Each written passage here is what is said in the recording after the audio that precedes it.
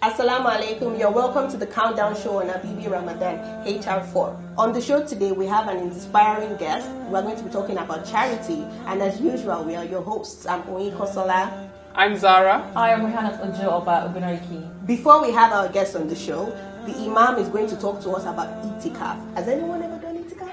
Anyways, we'll talk about that when we come back.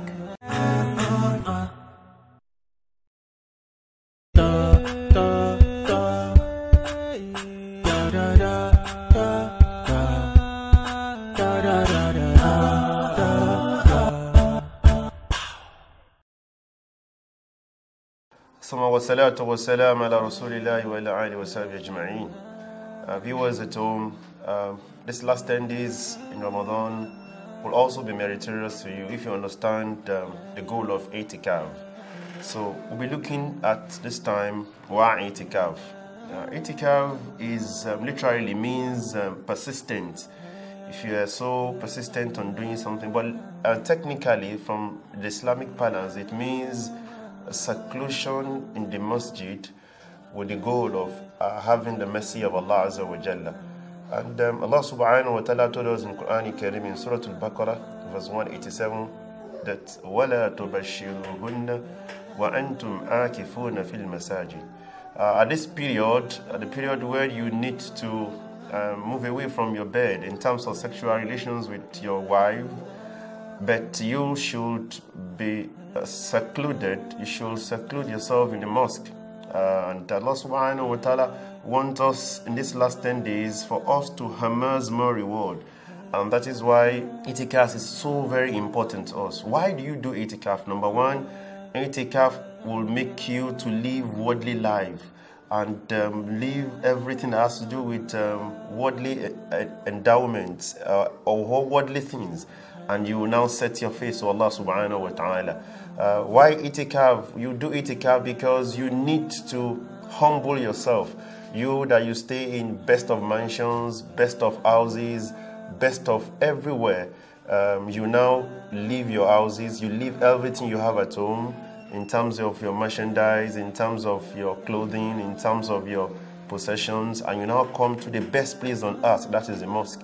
And you will now seclude there with just a small bag and with a praying mat in the mosque of Allah and trying to gain Allah's reward and gain Allah's mercy. Why itikaf? You need to perform itikaf because it will make you to also heighten your ibadah. I haven't done 20 days of ibadah in Ramadan. Again, you need to do itikaf because Allah subhanahu wa ta'ala make it a kind of regulation or requirement for us who are performing the mosque.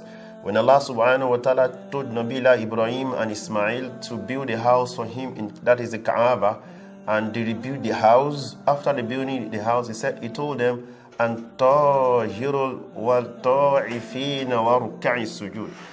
In the house of Allah, what you do there is you cleanse it, you purify it, and you also ensure that you circumambulate the house, and you seclude in the house, and you perform salat in the house. So it's an injunction from Allah subhanahu wa ta'ala to his servant, that seclusion in the mosque. And this can be done in any other mosque that is called Central Mosque, where you can pray Jummah service and you do this itikaf, because this is when you will have to search for Laylatul Qadr.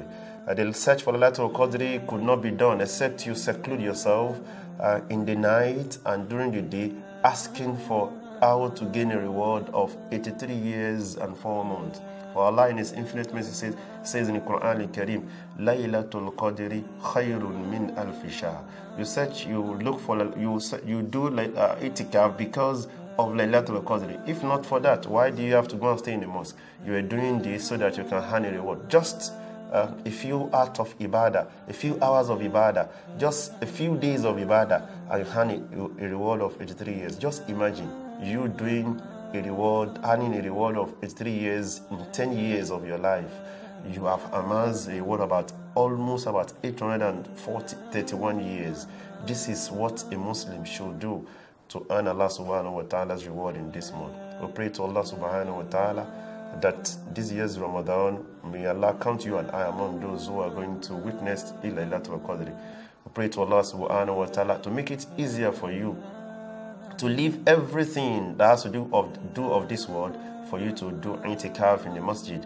And we pray to Allah subhanahu wa ta'ala to give you the wherewithal to be able to hand the reward of Allah subhanahu wa ta'ala while doing itikaf.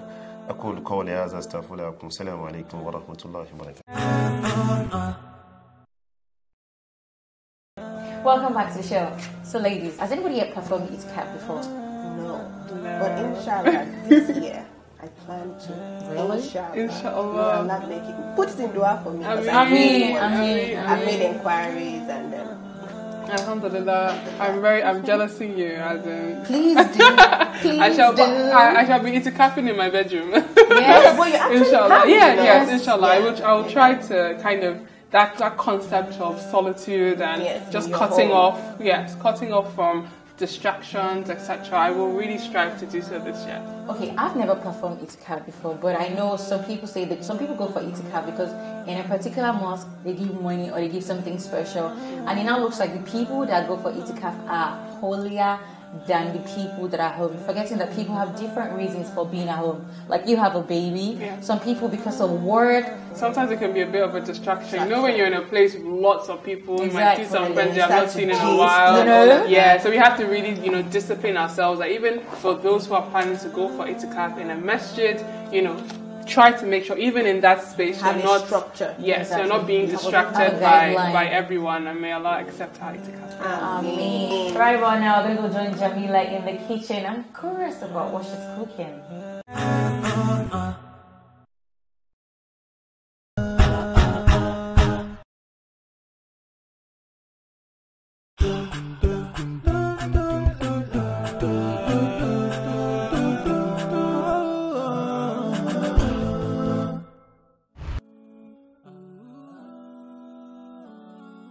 Assalamu alaikum wa rahmatullahi wa barakatuhu. I'm Jamila and welcome to Jamila's Diary.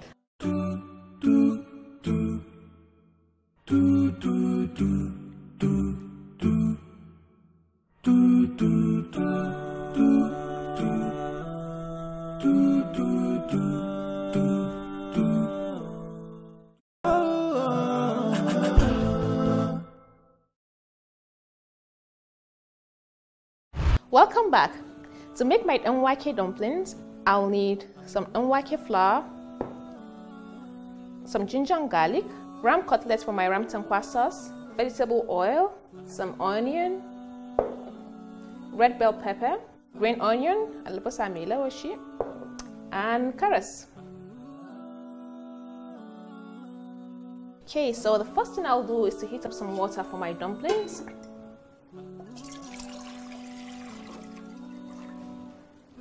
So you want that to get to boiling point. And then I'll scoop some nwake flour in a bowl.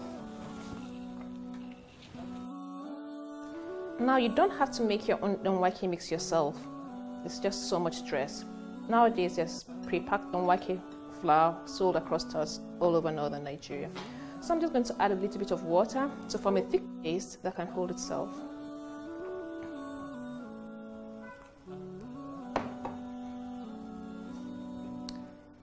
Okay.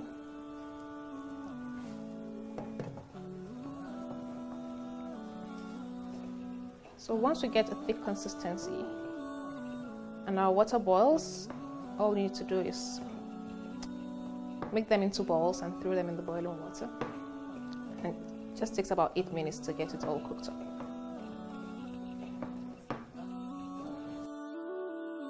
So my water has reached boiling point. Yes, it's boiling nicely, and it's now time for jifa. So you just make little balls and throw them in the water. I wish I had the skills of those women doing the jifa. It's so much fun watching them. They're super fast. So here we go. Our danwake. Doesn't take time to cook at all. 8 minutes and you're good to go.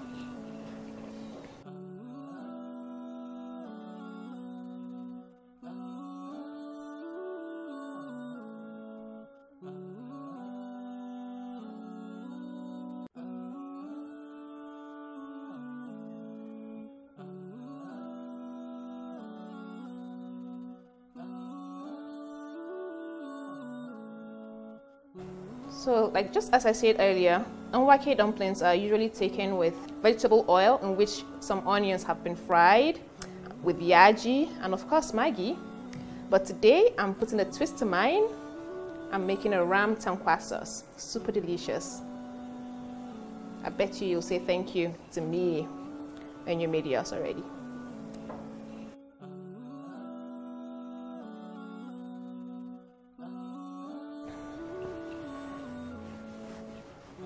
So I guess my danwake should be about ready. Let's take a look at it.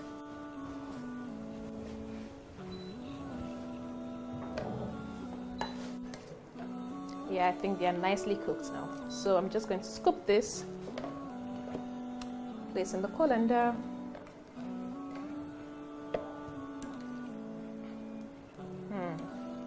They look delicious already.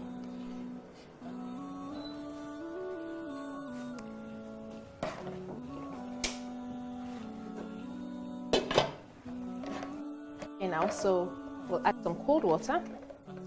This helps the danwake dumplings to separate and so they don't stick together. Looks really pretty, right? Good. So I'll move on to make my ram tankwa sauce now. So on medium heat, I'm going to heat up 1 cooking spoon of oil. Okay, medium heat. And then I'm going to add my crushed garlic and ginger.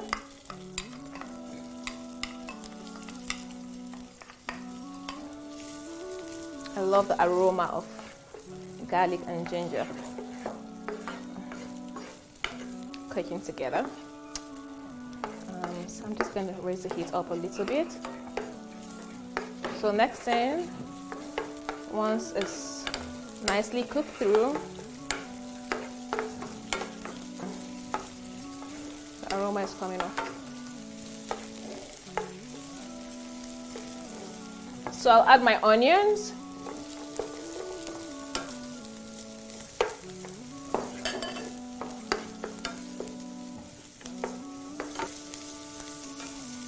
Good. They're looking nice already. So my meat cutlets are going in next.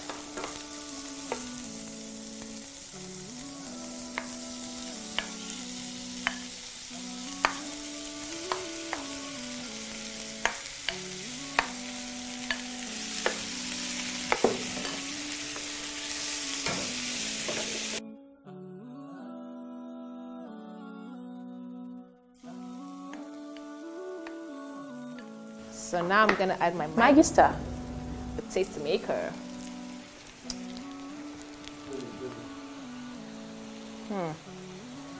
So this is going to help us enhance the flavor of our tankwa sauce.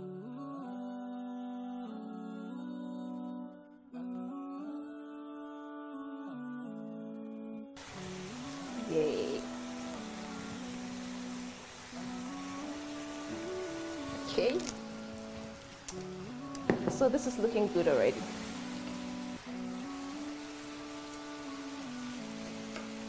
Still need to let it heat up some more. So I'm just going to turn this over so it can cook on the other side.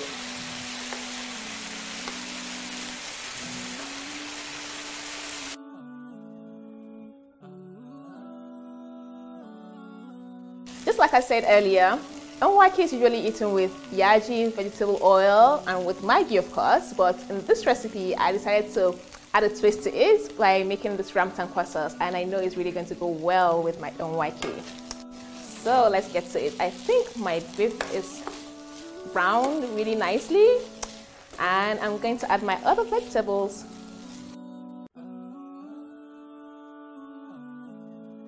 So I'll add my tatase, my carrots. I love the color, so beautiful.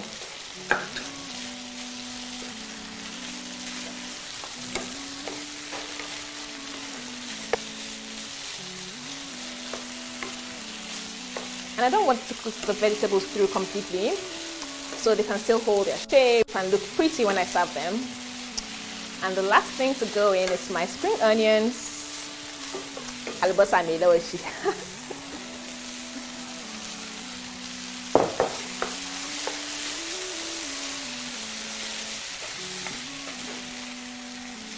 So I'm going to test this now. I can't wait. So I've eaten already. So I'm going to taste this now.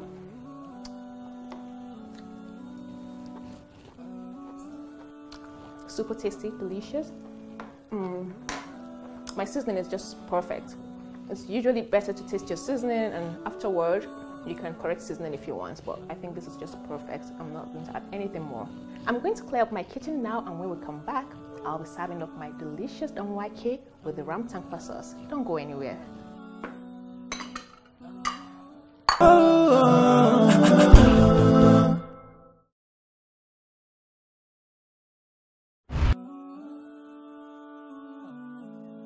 Alhamdulillah, my Nwake is ready. It looks so beautiful. I can't wait to dig in. Have santinaki. As my friend will say, Nwake ta samu ci gaba. You can have this meal for iftar or for sahur. And if you do have it for sahur, you'd probably forget you even fasted.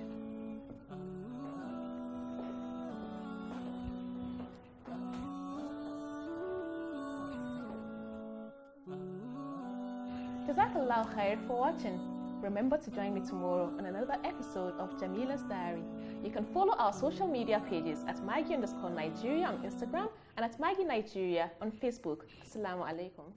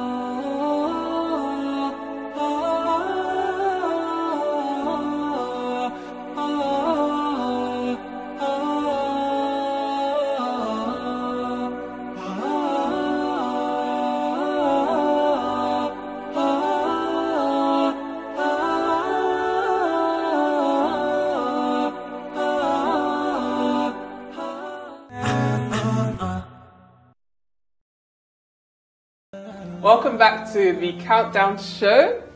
Our guest for today is the phenomenal Sister Aisha Adam. She's an author, a writer, NLP practitioner, humanitarian, the founder of Siddiqa Institute. We are so pleased to have you on the show today because our topic of discussion is charity. Alhamdulillah. Alhamdulillah.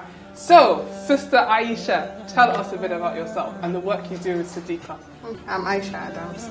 First and foremost, I'm a Muslimah who is very passionate about Islam and who is also very passionate about dawah. And so I do my dawah through the works that I do, and one of such is Siddiqah. Siddiqah is a personal and community development organization built to make huge impacts in lives for people in communities across the world. And one of the ways we do that is through charity. I think that the talks on charity is actually ingrained in Islam. Unfortunately, we don't tend to walk the talk. So we just say, oh, we're supposed to do charity and we're supposed to do this, we're supposed to do that. And we don't really do actions that would make it look like our religion actually preaches that. And so I thought that I would set the pace of people who walk their talk and inspire other people to do such.